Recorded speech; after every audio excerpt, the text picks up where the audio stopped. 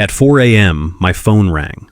The caller ID showed my wife's name, the same woman who vanished 5 years ago without a trace. Her voice was shaking as she whispered, "Honey, open the door. I'm so cold." I froze. Then the doorbell rang. Through the peephole, I saw a soaked figure standing with her back to me, mud dripping onto the porch. When I unlocked the door, I noticed a long smear of dirt across the threshold, as if someone had been dragged inside before. The woman who stepped in looked exactly like my wife. Same face, same hair, but her eyes were empty, and deep marks circled her wrists, like she'd been bound for years. She said she'd escaped captivity and followed our old address home. Yet when she spoke, nothing lined up. She got our son's age wrong. She didn't recognize our kitchen. Even my habits sounded foreign to her. While she talked, I quietly called the police and pulled out the missing person file I hadn't touched in years. That's when I saw it again, the massive insurance policy her family pressured me to sign right after she disappeared. If you want to know who was really standing in my house that night, and what the police uncovered next, subscribe to this channel now. Some doors should never be opened, and some truths refuse to stay buried. Jalen came through the apartment door, still wearing his backpack like it was part of him. He tossed his shoes by the mat and headed straight for the kitchen without asking, because after 5 years, the routine didn't need words. "You eat at the station again?" he asked, already pulling out cereal. "Late call. I'm fine." I checked his homework while he chewed and talked about a kid at school who'd gotten suspended for fighting. He tried to sound casual, but his hands kept tearing the cereal box flap like he needed something to do with the extra energy. "You keep your head down," I said. "Yeah, always." That answer landed heavy. Always is what you say when you're 14 and you've learned too early that problems don't go away just because you want them to. I poured hot water over 2 tea bags, set one mug near him, and started locking up.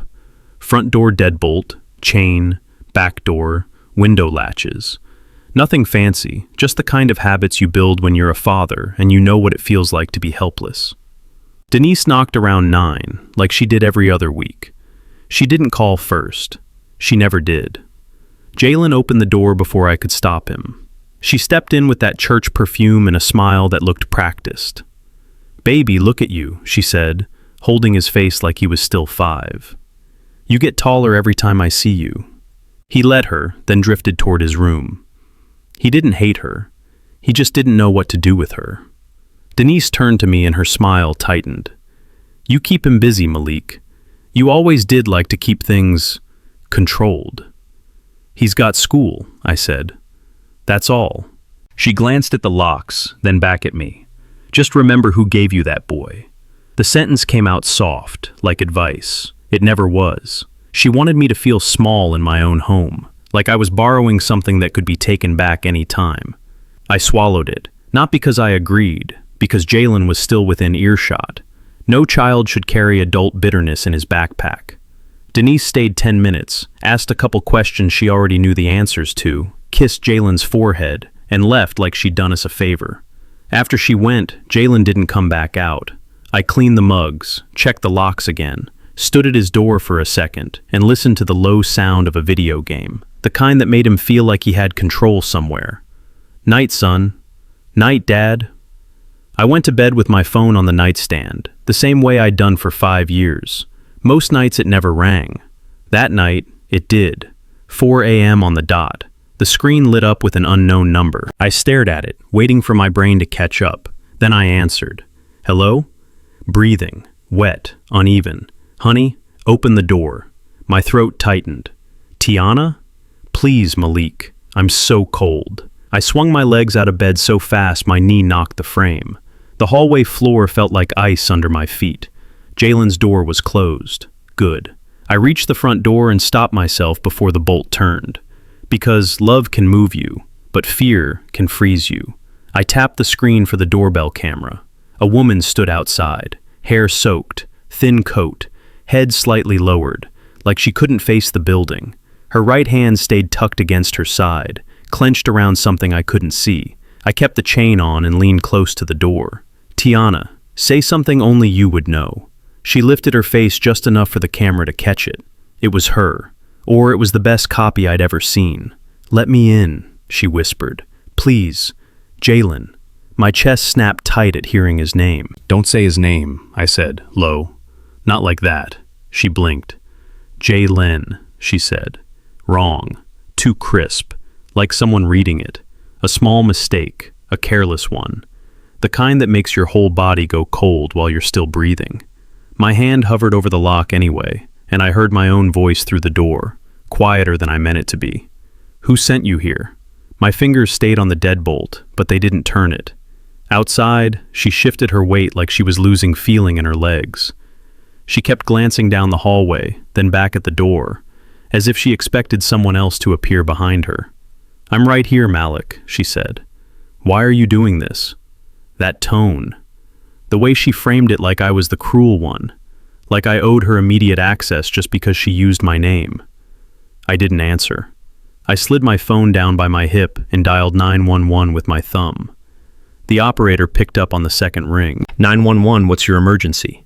I have someone at my door claiming to be my wife, I said. My voice came out steady, the same way it does when there's smoke and people are yelling. She's been missing 5 years. I need officers sent out. There was a pause on the other end. Sir, is anyone in immediate danger? My son is in the apartment. I'm not opening the door. Stay on the line. Officers are on the way. I hung up before she could ask anything else, because I needed both hands free. One mistake can turn into 10. I moved down the hall fast and quiet, tapped Jalen's door twice. Jalen, his voice came muffled through the wood. What? I need you up, now. The door cracked open. Sleep was still on his face, but he saw my expression and that was enough. Put on shoes, I told him. Get your phone. Dad, what's going on? I'll explain after. Right now you listen like we're on a call. He didn't argue. He grabbed his hoodie, slid his feet into sneakers without tying them, and followed me into the bedroom. I opened the closet and moved a laundry basket out of the way, then pointed to the back corner. It wasn't dramatic. It was practical. Concrete walls, one way in, one way out. You stay here. You don't open this door for anybody. Not for me, not for anyone, unless I say the password. Understand? His mouth opened like he wanted to ask something, but he swallowed it. What's the password? Station, I said. He nodded once, hard. I closed the bedroom door, locked it, and went back to the entryway. She was still there, breathing into her hands, rocking like a child. The longer I watched, the more wrong it felt. Not her face, the timing, the pressure. Please, Malik, she said. I don't have anywhere else to go. Where have you been? Her eyes darted, just a flick. Places, I don't remember everything. What's my mother's name? She blinked too long. Angela, she said. My mother's name is Renee. I leaned closer to the door, keeping my voice low so the neighbors wouldn't hear. If you're Tiana, you know Renee. You know what she made you eat the first time you came to my house. She started to shake her head like she couldn't handle the question. Stop testing me, Malik. Why are you acting like this? You're being cold. You're being cruel. There it was again, the pivot, the attempt to put guilt on me, fast, before I could think. I heard footsteps in the hallway, a door opening down the corridor, somebody whispering. Then the elevator dinged. 2 officers walked in, hands near their belts, eyes scanning. One of them looked at me through the peephole and nodded like he'd already decided nothing about this was normal. Sir, open the door and step back, the taller one said. I unlatched the chain and opened it just enough to let them see her. Ma'am, come into the hall where we can see you, the other officer said. Hands where I can see them. She lifted her hands slowly. For the first time, she looked right at me. Same cheekbones, same mouth, but the eyes. They didn't soften when they found mine. They stayed flat, calculating, like she was measuring whether I'd break. Behind the officers, I caught my neighbor peeking through a cracked door, phone already in her hand. That look, half curiosity, half judgment, settled on my shoulders before the officers even finished asking her name. Malik Johnson? A clerk called my name like it was any other Tuesday, like my life hadn't cracked open 12 hours ago. I followed her down a narrow hallway at the 2nd District Station and sat in a small interview room. Paper cup of bad coffee, plastic chair, clock that ticked too loud. Across the table sat Detective Elena Ramirez, hair pulled back, sleeves rolled up, eyes sharp without being cruel. "You were the one who called last night," she said. "Yes, ma'am." She slid a file toward me. "Before we go any further, I need you to understand something. We're not here to decide who the good guy is. We're here to document facts. Facts keep people safe." I nodded. That was language I understood.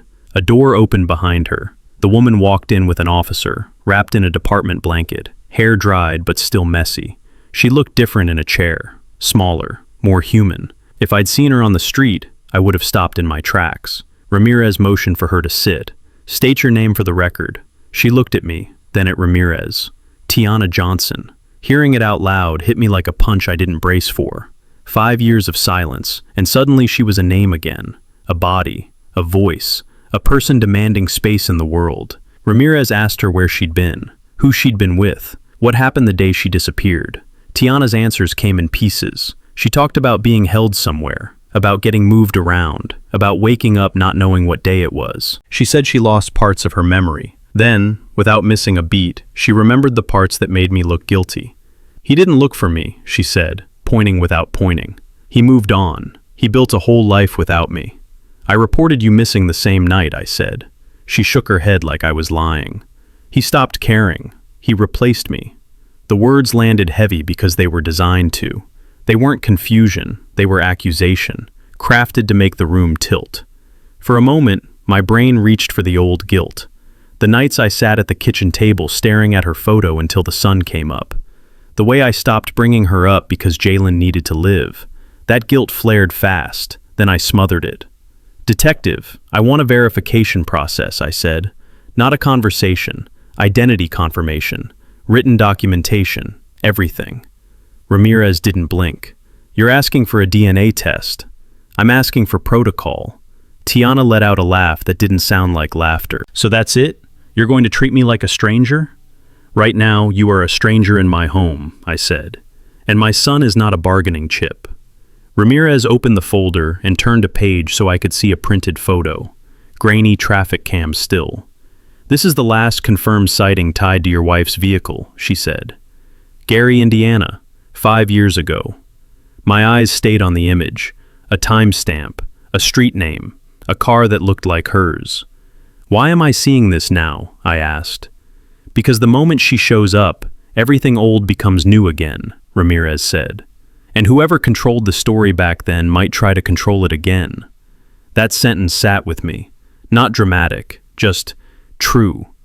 I asked for copies of the reports, requested the incident number, wrote down every detail I could without looking like I was making a scene. When I stood to leave, I caught voices in the hallway. He didn't even let his wife in. Cold as ice. I walked past them without turning my head, signed the paperwork Ramirez handed me, and stepped outside into the morning air with the file tucked under my arm like it was a tool I'd need later. My phone buzzed while I was checking equipment at the station. The caller ID showed Jalen's school. I stepped away from the noise, answered on the first ring. "Mr. Johnson? This is Ms. Patel in the main office. There's a situation." My stomach tightened without my permission. "What kind of situation?" "A woman is here to pick up Jalen. She says she's his mother." I didn't ask who. My body already knew. "Keep him inside," I said. "Do not release him. I'm on my way." I didn't wait for a response. Helmet, jacket, keys. I told my captain I had a family emergency and headed out.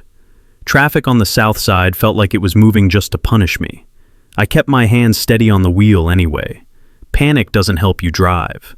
It doesn't help you think. When I pulled up to the school in South Shore, I saw her before I even parked. She stood by the front doors with her arms crossed, chin lifted, like she belonged there. A secretary hovered nearby, tense and polite. 2 teachers watched from a distance, pretending not to watch. Tiana's eyes found me and locked on.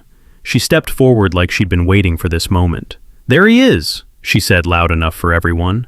"He's been keeping my son from me." I felt every head turn, every assumption line up. "Tiana," I said, "step back." "Don't you tell me what to do," she snapped, then softened her voice the next second. "I'm not leaving without my child." Ms. Patel edged closer. "Mr. Johnson, we asked her for identification." "Of course you did," Tiana cut in. "And of course he's trained everyone to treat me like I'm dangerous." I didn't take the bait. Arguing in front of school staff would only feed the story she was building. I kept my voice even. You do not have access to him until your identity is verified and there's a court decision, I said. That's not a conversation. That's policy. She blinked like she hadn't expected that kind of refusal. Court? She repeated. You're taking me to court? If I have to. A teacher cleared his throat, uncomfortable. Sir, maybe you two could talk privately. No, I said. Not here. Not like this. I turned to Ms. Patel. Please document this. Time, date, who she spoke to, everything. And I want a copy of the security footage from the front entrance and the hallway by the office. Ms. Patel nodded like she was relieved someone had a plan. We can do that. Jalen appeared behind the glass doors, face pale, shoulders stiff. He saw his mother and froze. He didn't run to her. He didn't smile. He just looked at me like he was asking what he was supposed to feel. I held my hand up, palm out, the same signal I used on chaotic scenes. Wait. The staff escorted him out a side door. I walked him to the car without letting the space between us grow. Tiana followed, talking the whole time. Jalen, baby, come here. He doesn't even know who you are anymore. Malik, you can't do this. I opened the passenger door, let my son slide in, then shut it with a firm click.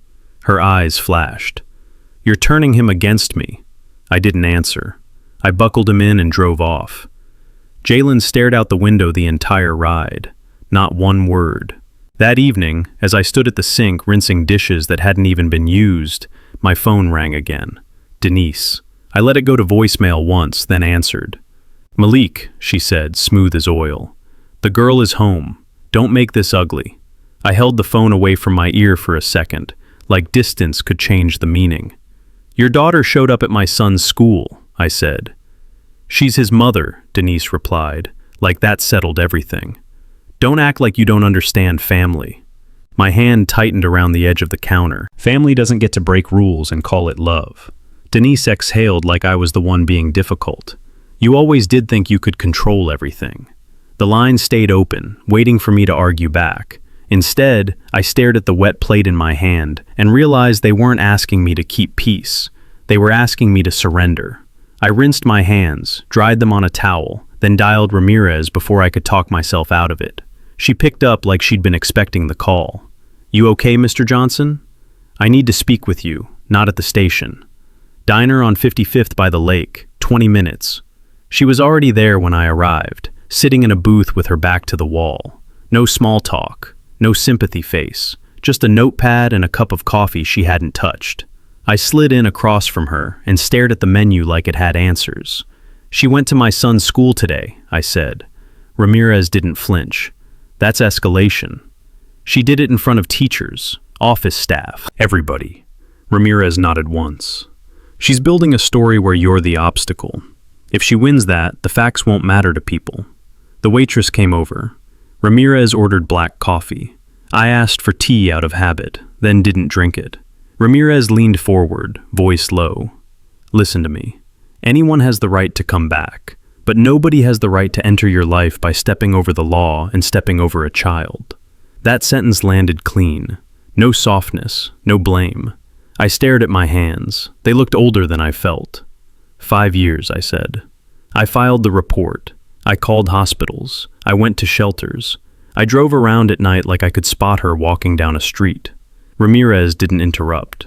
I kept the porch light on for months. Stupid, I know. Like light can guide somebody home. Then one day, Jalen asked me if she was ever coming back, and I didn't have an answer that wouldn't hurt him. So I stopped talking about her. Not because I forgot her, because I had to keep the kid breathing. My throat tightened. I swallowed it down. Now she's back, and she's not trying to come home, I said. She's trying to take over. Ramirez slid a pen toward me.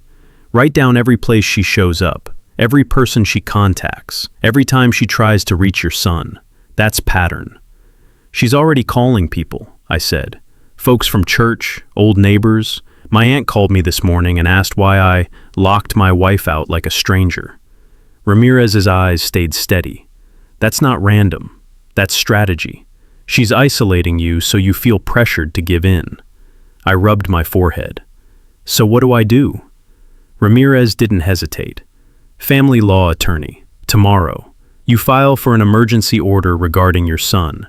Temporary protection. You keep everything documented, and you do not meet with her alone.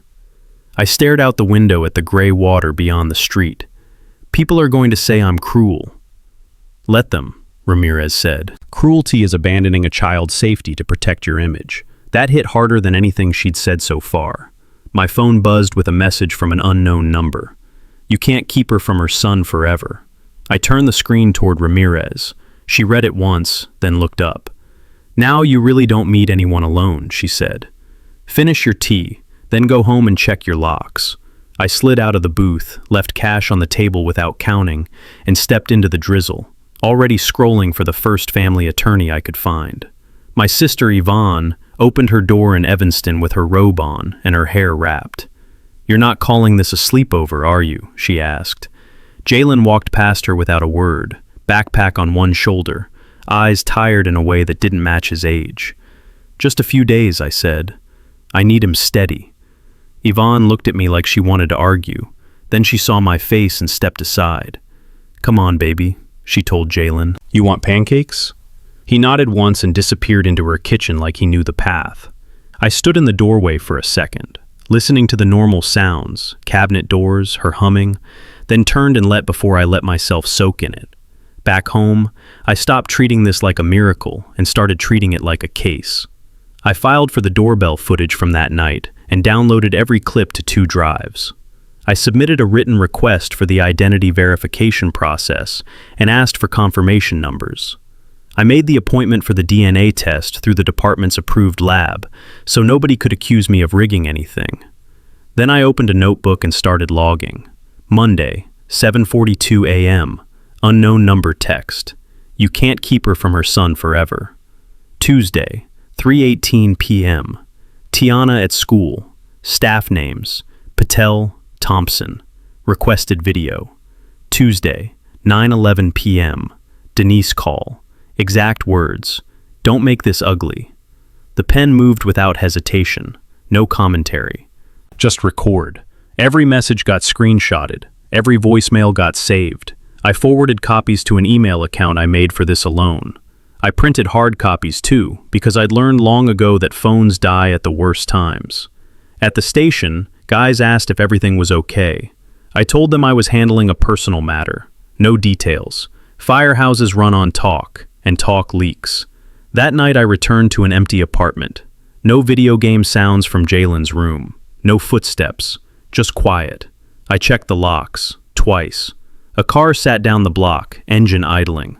Not parked like a neighbor. Not pulling away like a delivery. I watched it from behind my curtains for a minute. The driver didn't get out. My phone buzzed. Unknown number again. Let her in. You're making this worse. I didn't reply. I walked to the window, memorized the plate as best I could, and wrote it down in my notebook. Then I called Ramirez. It's me, I said when she answered. Someone's sitting outside my place. Been there 10 minutes. They're texting me from a blocked number. Give me the plate, she said. I read it off. She repeated it back, then went quiet for a moment. You did right calling, Ramirez finally said. Don't approach them. If they move, let me know. What do you think this is? Pressure, she said. Same kind you've been getting. Different hands. I stood in my living room with my notebook open, pen uncapped, and felt something settle in my chest. Not fear, a clear understanding. This wasn't about a woman coming home. This was about someone trying to push me into a corner until I gave them what they wanted. The car's brake lights flickered once, then the engine revved, and it rolled away slow, like whoever was inside wanted me to see they could leave whenever they felt like it. The back door didn't sit right the second I stepped into the kitchen. It was closed, but the frame looked off, like the wood had been pulled and shoved back into place. I set my keys down slowly and walked over without turning on extra lights. Habit from the job. You don't rush into unknown spaces. My fingers traced the edge of the door. The lock plate had fresh scratches. The deadbolt didn't feel tight when I tested it. Someone had been inside. I didn't yell. I didn't call out. I moved through the apartment the way I'd cleared rooms on calls. Quiet, controlled, listening for movement. Living room was untouched. Couch pillows where I left them. TV off. Then I saw it. A muddy shoe print on the hallway runner. Not mine, not Jalen's. Too wide, too deep in the fabric. My stomach dropped. I went straight to my bedroom and checked the closet. The file box was on the floor. The lid sat crooked like it had been ripped off. Papers spilled out, school records, copies of reports, screenshots, printed voicemails. The notebook was open to a page I didn't leave open.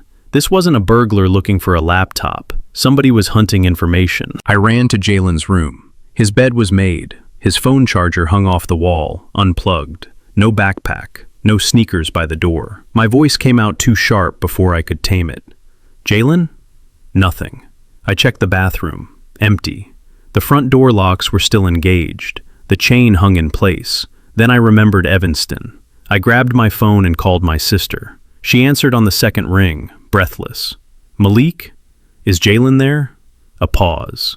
He was. He went downstairs to take out the trash like 10 minutes ago. Why? Everything inside me clenched. Yvonne, lock your door. Right now. Don't open it for anyone. Call his name. Get him inside. What's going on? I'll explain later. I hung up and dialed 911 again. My son has been taken, I said. No build-up. No extra words. Possible abduction. I need units sent to Evanston and my address. Now. The operator started asking questions. I answered fast, but my eyes kept scanning the apartment, looking for what I missed. I pulled up my home security app with shaking fingers. Kitchen camera. Back door. The footage loaded, lagging like it was teasing me. Then it played. A figure slipped through the back door earlier that evening. Hood up, head down. They went straight toward my bedroom. A few minutes later, Tiana appeared in frame. No hood, no hesitation. She moved like she knew the layout. She reached into her pocket and pulled out a key. My key. She unlocked the back door from the inside, stepped out, and looked around like she was checking for witnesses. Then the next clip hit. Evanston, my sister's building. A camera from the hallway. Jalen stood near the trash chute with a bag in his hand. He looked half asleep, hoodie up, not expecting anything. Tiana walked into frame and grabbed him by the wrist. His body jerked back. She leaned close to his face and spoke fast, mouth moving like she was selling him a lie. He shook his head, tried to pull away. She tightened her grip and dragged him toward the stairs. He twisted, panicked, and the sound cut in as he shouted, "Dad! Dad!" It wasn't a scream from a kid being dramatic. It was the sound of a boy who knew he was about to disappear. My chest went hollow. I hit call on Ramirez without thinking. She answered immediately. "Where are you?" "She took my son," I said. "From Evanston. It's on camera. I'm sending it to you right now." "Send the clip. Stay on the line." I didn't sit down. I didn't cry. I didn't pray. I grabbed my keys, sprinted out the door and ran down the stairwell 2 steps at a time. Phone pressed to my ear, giving Ramirez what I had. Timestamps, direction of movement, anything. Outside, my eyes caught a car turning at the corner. Dark sedan. No headlights for the first few seconds. I didn't stop to be sure. I ran toward my truck, jumped in, and started the engine, already following the direction it went, breathing hard but keeping my voice clear. "Ramirez, I'm behind a dark sedan heading north. I don't have the plate yet. I'm staying back. I'm not losing him." The first time I saw Jalen again, he was standing beside a gas station door in Calumet City with a hoodie pulled tight over his head. An officer had his hand on Jalen's shoulder, steadying him like he might bolt. My son looked small in a way he hadn't looked since he was little. I walked up slow, palms open. "Jay, you okay?" His eyes darted to me and filled without him trying. He didn't run. He didn't fall apart. He just stepped forward and pressed his forehead into my chest like he needed to prove I was real. My arms wrapped around him so tight, I had to force myself to loosen up. "Breathe," I said into his hair. "You're safe. You're safe." He nodded against me, still shaking. She said you were hurting her," he muttered. "She said I had to go with her." I swallowed hard, then pulled back enough to look at him. "Did she touch you?" He shook his head, quick. "Just grabbed me. She kept saying she was my mom. She kept saying it over and over." I looked past him. Tiana sat in the back of a squad car, hands cuffed, blanket around her shoulders. She watched us through the glass like she was staring at a scene she didn't expect to end this way. Ramirez stepped up beside me, hair damp from the cold, face unreadable. "He's okay," she said quietly. "No injuries." "Where was she taking him?" I asked. "She won't say. Not yet." Ramirez nodded toward the car. "You can talk to her if you want. Keep it short. Keep it clean." I walked over and stood near the window. The officer cracked the door open just enough for me to speak without getting close. Tiana lifted her head. "You really did this," I said. Her mouth trembled like she was trying to form a story and couldn't find the right words fast enough. "Malik, I wasn't—" "Don't," I cut in. "Don't start." She swallowed, eyes flicking to the officer, then back to me.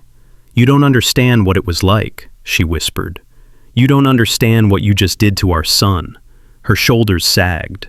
For a second, something real showed up on her face. Not anger, not performance, just exhaustion. "I didn't have a choice," she said. The words came out flat, almost like she was surprised to hear them in her own voice. Then she turned her head away, like she regretted letting that line slip. Ramirez touched my elbow. "Come with me." She walked me a few steps away, toward her car. No speeches, no comfort, just business. She pulled out her phone and tapped the screen. "You're going to listen to something," she said. "This is from a call she made earlier tonight." She didn't know we had the line captured. My stomach tightened. Ramirez hit play. Tiana's voice came through, rushed and panicked. "Mama, I tried. He wouldn't let me in." A woman's voice answered, calm, familiar. "Then do it like we planned. They're going to arrest me. Let them. You get the boy first." Tiana's breathing spiked. You said stick to the plan. Take the boy back first." The recording cut off. I stood there with my hands at my sides, feeling my blood slow down. That wasn't confusion. That wasn't trauma making her act out. That was coordination. Ramirez watched me closely. "You know that voice?" she said. I didn't want to say it out loud. My mouth felt dry. "Denise." Ramirez nodded once. "We've got a pattern. Her appearances line up with people connected to your mother-in-law, and we keep seeing the same region pop up in old traffic cam data." "Northwest Indiana," I said, thinking of that grainy photo in the station file. "Gary." Ramirez didn't smile. "We're going to pull what we can. Phone records, locations, contacts. But I need you disciplined, Malik. No calls, no confrontations. Not yet." I looked back toward the squad car. Tiana's head stayed turned away. The blanket slipped off one shoulder like she didn't care. Jalen sat on the curb now, sipping water from a paper cup, eyes still wide. Ramirez handed me a card. "Call this attorney in the morning," she said. "And tonight, you stay with your son somewhere safe." I took the card, folded it, then walked back to Jalen and crouched in front of him. "We're going to Annie Vaughn's," I said. He nodded, fingers gripping the cup so hard it bent. I helped him stand, guided him toward my truck, and kept my eyes on the road ahead while my mind started stacking names, dates, and the one phrase that kept replaying in my head: "Do it like we planned." Denise stood in the church parking lot like she owned the air around her. Bronzeville always had that Sunday rhythm: families lingering, women hugging, men talking sports while kids chased each other between cars. Denise thrived in places like this.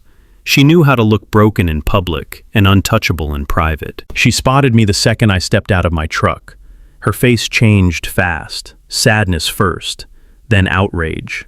She walked toward me with her hands up like she was approaching a wounded animal. "Malik, baby," she cried loud enough for people to turn. "Thank God you came. We'd been praying. We'd been so worried." A few women gathered around her immediately, heads nodding, murmurs. I didn't walk toward her. I stayed where I was and waited. Ramirez pulled up beside me. A uniformed officer got out with her. No drama, just presence. Denise's eyes narrowed when she saw the badge. "What is this?" she asked, wiping at dry cheeks.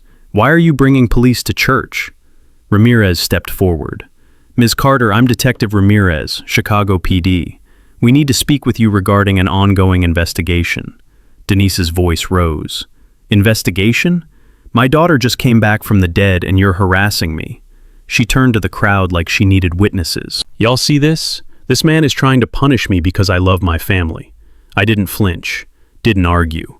The officer handed Ramirez paperwork. Ramirez held it out. "We have an order to interview you and review your communications. You can do this here quietly, or downtown." Denise's mouth opened, then closed. She looked at me like she expected me to rescue her. "Malik, don't let them do this." I met her eyes. "You used my son to pressure me," I said, calm, flat. "You'll explain that in court." Gasps spread through the small circle. Denise's face snapped into anger for half a second before she forced it back into grief. "How dare you?" she hissed. "After everything I did for you." Then a voice cut through the noise. "Mom!" Tiana rushed out of the church doors like she'd been waiting inside.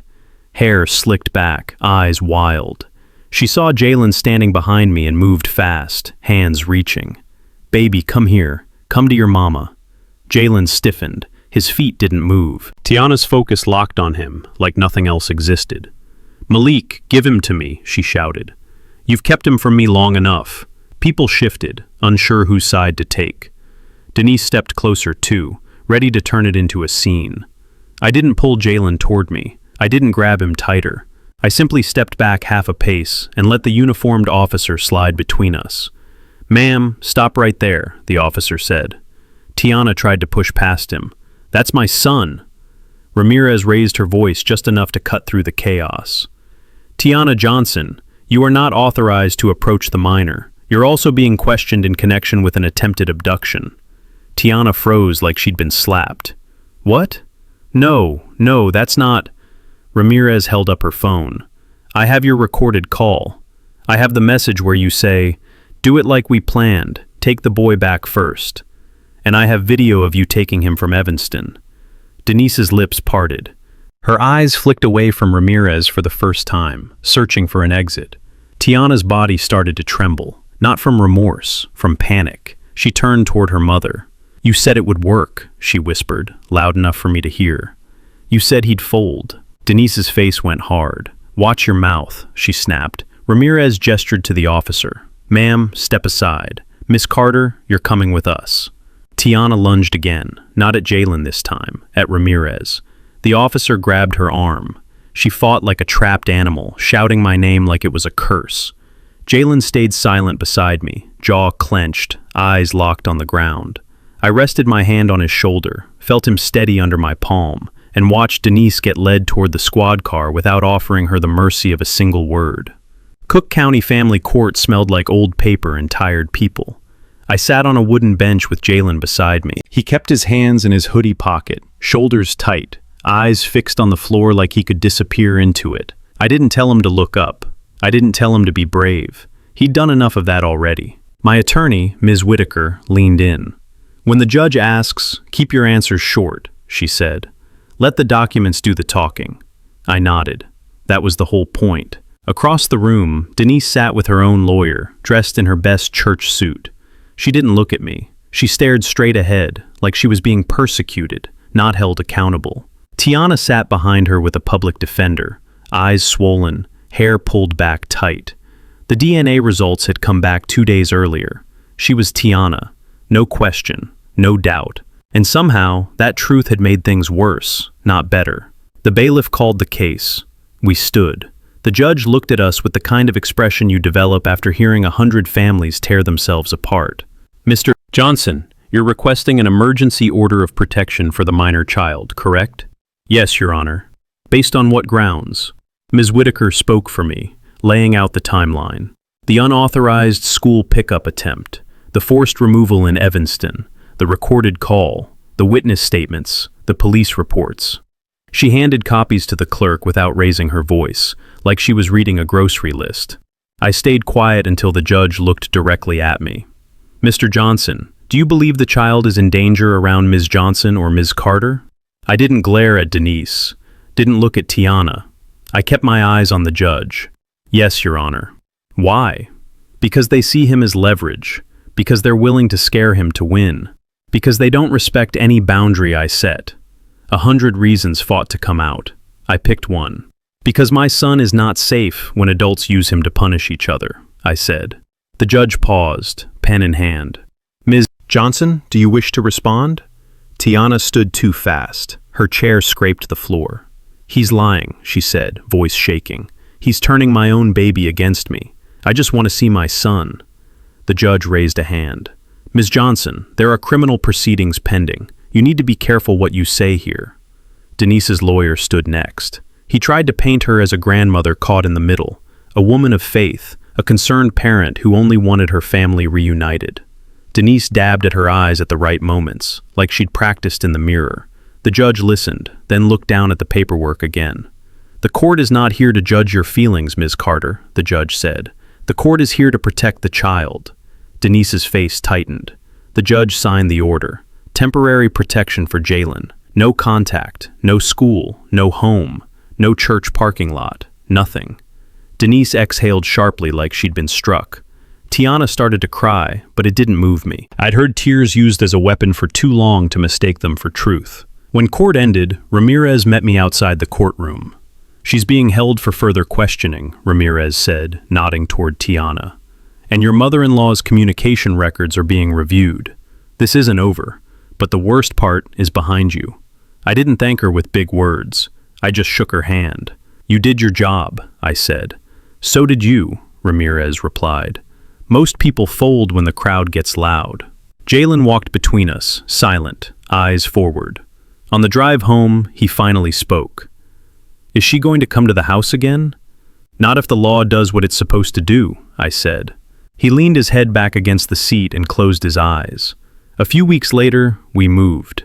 Oak Park, quiet street, new locks, new routine. Only my sister and Ramirez had the address. Even the guys at the station got a P.O. box. The first night there, I unpacked the kitchen while Jalen stayed in his room, door half closed. He didn't need to talk. He just needed the freedom to breathe without listening for footsteps. I washed a single glass from the moving box and set it on the drying rack. Water ran. Faucet hissed. Nothing else. Jalen's door opened behind me. He padded into the kitchen in socks, grabbed a bottle of water from the fridge, and stood there for a second, like he wanted to say something.